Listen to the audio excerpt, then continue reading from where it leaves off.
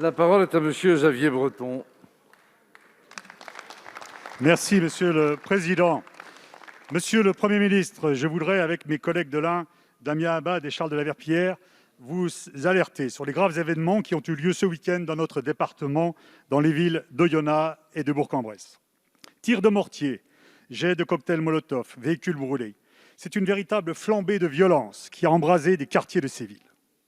Face à ces scènes de violence urbaine, saluons d'abord le courage des forces de sécurité. Agressées, harcelées, elles ont su faire face et ramener le calme. Nous exprimons notre soutien aux policiers nationaux et municipaux qui ont été blessés par des tirs de projectiles. Soutien également aux sapeurs-pompiers qui sont intervenus dans des conditions extrêmement périlleuses. Monsieur le Premier ministre, nos concitoyens sont aujourd'hui exaspérés, alors qu'ils doivent supporter les contraintes du confinement qui restreignent leurs activités et leurs libertés. Nos compatriotes subissent ces violences d'une minorité de jeunes délinquants qui polluent leur quotidien et saccagent impunément leur cadre de vie. Non, nous n'avons pas affaire à des incivilités. Nous avons affaire à des délits particulièrement violents, dans le but de dégrader, de casser, de blesser. Face à ces scènes inadmissibles, nos concitoyens attendent des réponses fermes, rapides et déterminées.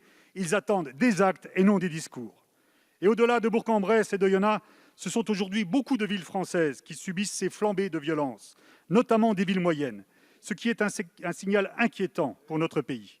Alors, Monsieur le Premier ministre, qu'allez-vous faire concrètement et rapidement pour ramener durablement le calme dans nos villes? Qu'allez-vous faire concrètement et rapidement pour lutter contre cette délinquance qui empoisonne la vie de nos concitoyens?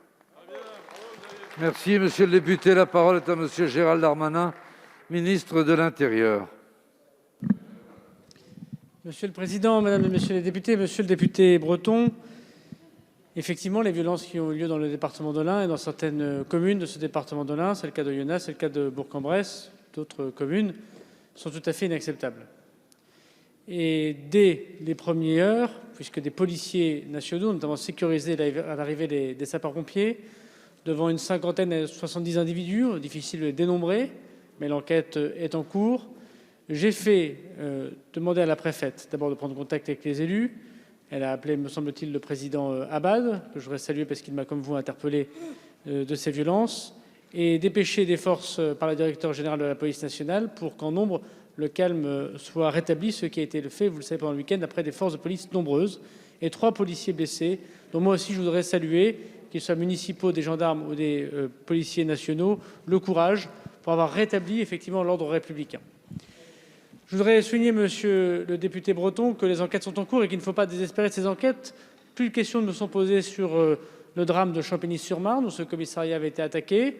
Je sais qu'il y a eu des interpellations nombreuses et que les enquêtes qui ont été poursuivies par le procureur de la République avec la préfecture de police de Paris a permis de confondre ces délinquants et je l'espère de les condamner fermement dans les prochains temps. Ce sera le cas dans les nuits que nous avons connues et qui ont fait naître des incendies de véhicules, 7, et aussi des feux de poubelle et des jets de projectiles sur les pompiers et sur les policiers. Des forces supplémentaires sont aujourd'hui dans le département de l'Ain. Structurellement, le département de l'Ain doit connaître, singulièrement dans les villes moyennes, celle d'Oyonnax, celle de Bourg-en-Bresse. Monsieur le député Abad m'a interpellé, je lui répondrai positivement pour qu'il y ait des effectifs supplémentaires, grâce notamment à ceux qui ont été créés par le Parlement depuis 3 ans grâce au président de la République, mais aussi, je voudrais le dire, sur l'interdiction des feux de mortier, des feux d'artifice. Et pour cela, monsieur le député, dès le 18 novembre, que faire? Voter la proposition de loi de M. Fauvergue et Mme Toureau. Nous aurons interdit et pénalisé la vente et l'utilisation de ces feux d'artifice. Merci, monsieur le ministre.